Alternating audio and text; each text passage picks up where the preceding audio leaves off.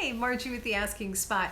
Got lucky with a hurricane recently. Yeah, pretty much anytime they don't come at you, you're lucky, right? I lived in Louisiana. Yeah. No, this was just, a cloudy, rainy, full day here in Florida. So I thought I'd take advantage of the temperature being slightly cooler and tackle this piece. We have had this piece for so long, and I love, love, love, love the size of it and the functionality of it. I just have never liked that it's in a warm tone, and I've been meaning to take it on for a while. So this is what happened. First, to clean. And yeah, I hate to admit, this cleaning, it's not like this thing's been in my garage. It's been in my house like this.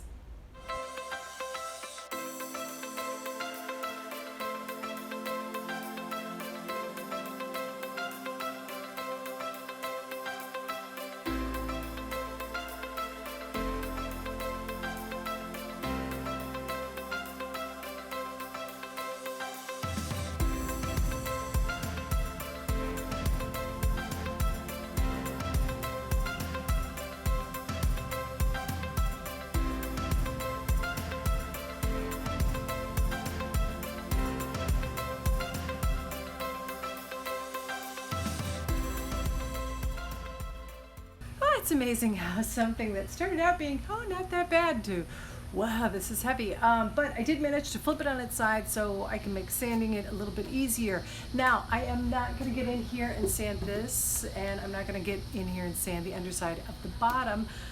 Basically, I'm going to clean it. I am going to condition it, though. As long as it's here, I'll condition it this one time, and then maybe another 50, 70 years or something, somebody else can do it.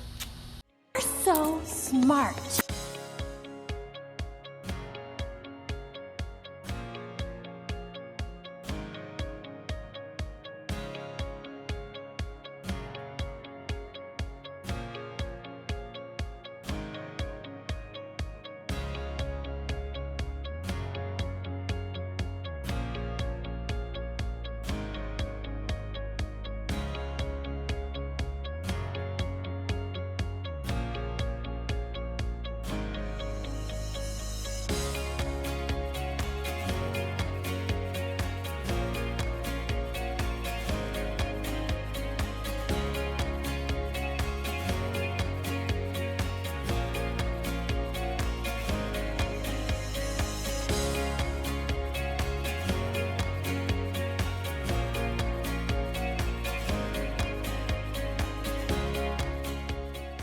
So the paint technique I'm using for this is just a little bit of chalk paint and then some water, lots of water. It actually is, you can start out maybe 50-50, but it probably is more of a 2-to-1 ratio, 2 parts water to 1 part paint.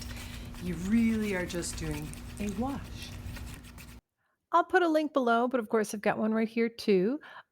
It's to a video where I did a lot of detail into the whitewash techniques, and this ended up being my favorite though.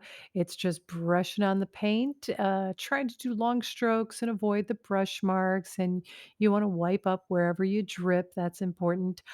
With this piece, I also made sure that I did not fill the nicks and bumps on it and stuff like that because I kind of liked it looking rustic. So I just kind of had extra dab paint in there. Now, typically, though, you'd wipe it on, leave it sit for a minute, and then wipe it off. However, because it is so humid here, I had to leave mine on a bit longer. Oh, and this is where I realized that I don't have a proper camera angle.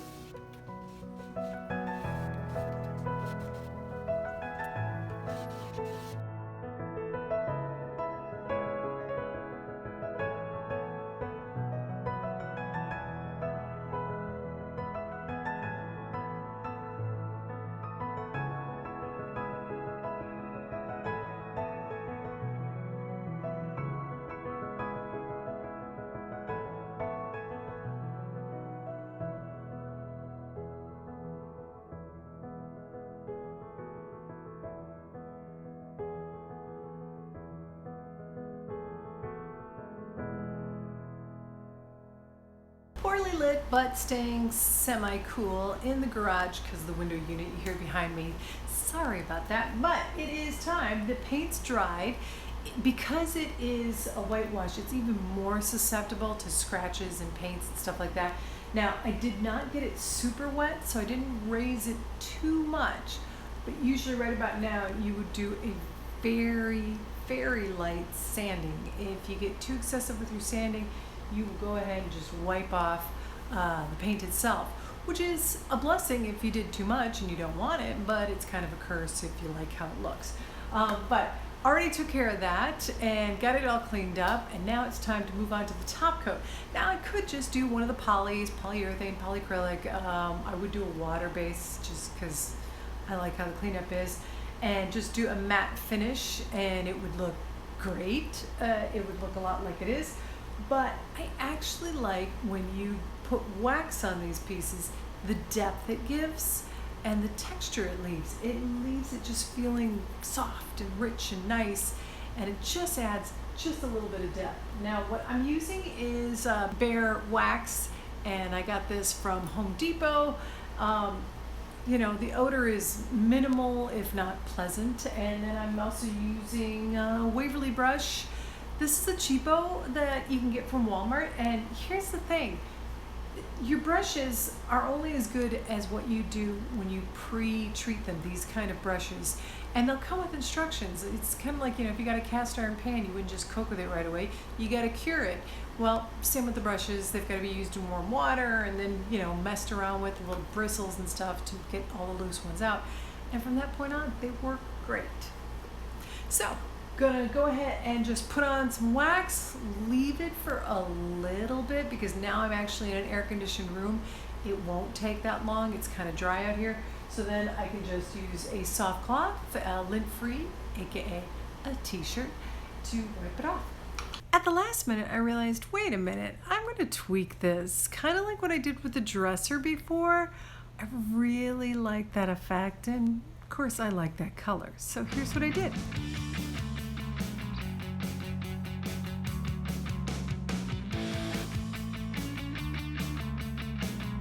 Okay, before we show you the final results, let's take a look again at what it looked like when I started this project. And hey, if you could, please subscribe to the channel. It really helps. A little thumbs up, nice comment would be great. Thanks. Here is the finished piece. I am thrilled with it. It is in our entrance hall now and I love it. And yes, I know it's blue again. I love blue. But if that isn't, that's the beauty of this technique though. If that's not your color, then fine. You know, this would work in a red. I think that would look really cool. Black or green or purple or whatever suits your fancy. The only thing to remember though is you need to use a chalk paint or some sort of mineral paint for this technique. You can't use your typical standard acrylics or oil-based paints. It has to be in the chalk paint style to work. Other than that though, get out there and go for it. I hope this inspires you to restore, recycle, and repurpose. And thanks for watching the Asking Spot. Bloopers are next. Got my top coat on, we got kind of lucky. Hi there, Hazel. It went further west. So at the very last minute, I realized, dog's getting fed.